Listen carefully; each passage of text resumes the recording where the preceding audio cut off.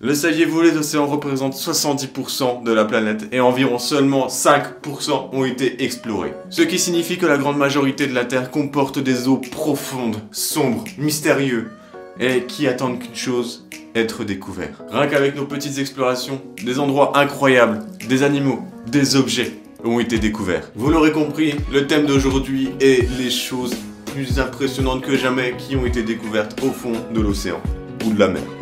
La machine denticitaire. Cet objet insolite fut remonté à la surface par des plongeurs d'éponges grecs en 1900. Pour votre information, les plongeurs d'éponges, c'était simplement des gens qui vont chercher des éponges sous l'océan. Ce qui fait la particularité de son mécanisme, c'est son ancienneté.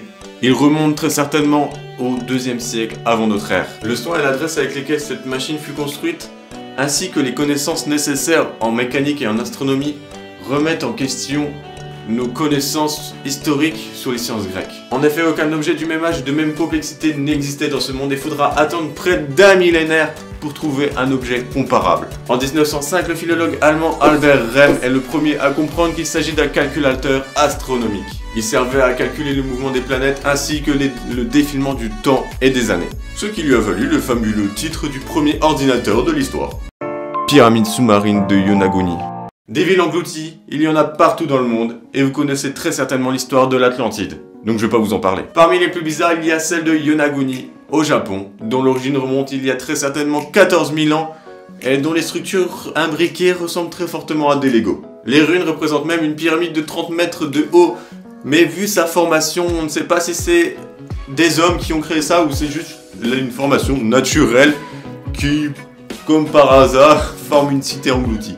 Dans tous les cas, elle date d'il y a au moins 14 000 ans et elle a été engloutie il y a 10 000 ans lors de la dernière fonte glaciaire. Des bases militaires secrètes.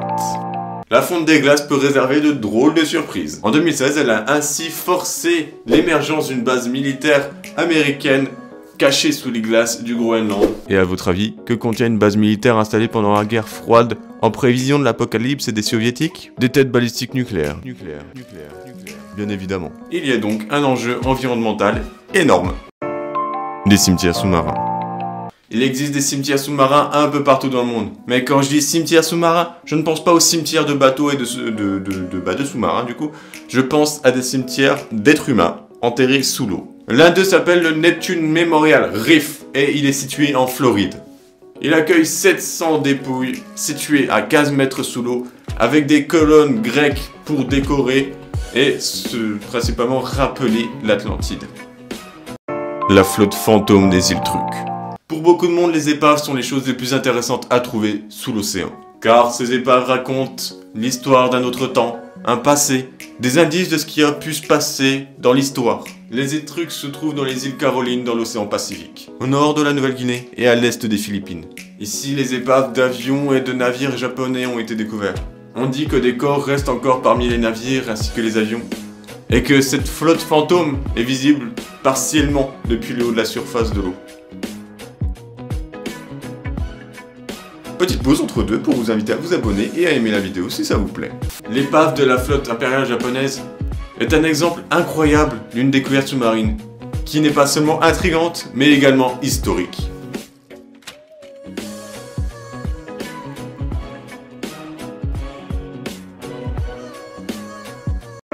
Rivière sous-marine de la mer Noire.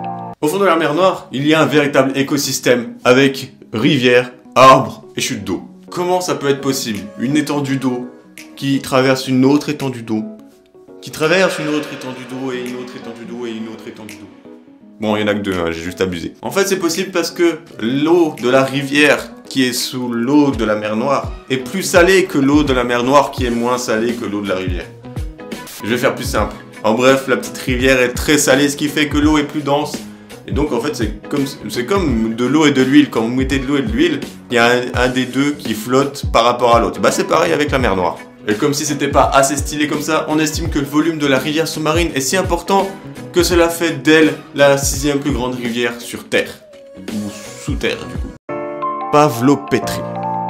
Découverte en 1967 par le docteur Nick Fleming, cette ville portuaire de l'ère néolithique se trouve sur les côtes sud de la Grèce. Des poteries ont été découvertes sur le site, ce qui donne l'impression aux archéologues que Pavlopétrie ait commercialisé des marchandises par la terre et par la mer. On estime la superficie de la ville à 100 000 mètres carrés, ce qui est une belle ville quand même. Son emplacement éloigné de la côte assurant permis à Pavlopétrie de te préserver de la main humaine et donc d'être comme neuf. La cité perdue d'Héracléon. Les ruines de l'ancienne cité d'Héracléon ont été découvertes durant l'an 2000 par un Français, Franck Goldio, à 6,5 km au large des côtes égyptiennes à 50 mètres de profondeur. Ce qui est pas mal profond quand même, faut y aller pour 50 mètres de... voilà, c'est loin. La légende dit qu'Hélène de Troie et le grand héros grec Hercule aient visité cette ville, ce qui explique pourquoi la ville porte le nom de ce grand héros. Grand héros quand on croit aux légendes. Encore aujourd'hui, les scientifiques effectuent des recherches et remontent régulièrement des trésors enfuis de cette cité. Enfin peut-être pas tous les jours, mais régulièrement ils rapportent des choses d'une valeur inestimable pour les évaluer. Et je ne sais pas trop ce que font les scientifiques exactement quand ils évaluent un truc. Et je sais même pas exactement comment ils font pour savoir de quelle année date un truc. Moi, tu me passes un objet d'un 1 million d'années, je vais le regarder, je fais waouh, ça date d'il y a 100 ans. La cité engloutie de Xicheng. À une époque, dans la province de Zhejiang, en Chine, existait une cité mystérieuse dont le nom était Xicheng. Cette cité a mystérieusement disparu.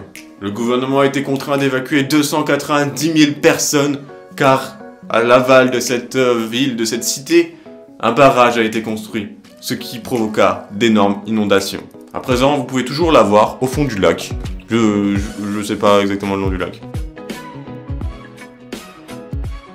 Ce qui est étonnant, c'est que 50 ans plus tard, lorsque les plongeurs vont visiter cette cité engloutie, les poutres sont intactes, comme si elles étaient figées dans le temps.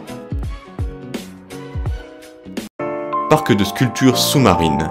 Ce musée unique a été construit par le sculpteur anglais Jason Ducker Taylor. Situé au fond de la mer des Caraïbes, non loin de l'île de Grenade, ses premières œuvres ont été immergées en 2006. À l'heure actuelle, ce musée insolite contient 65 sculptures et ça augmente chaque année.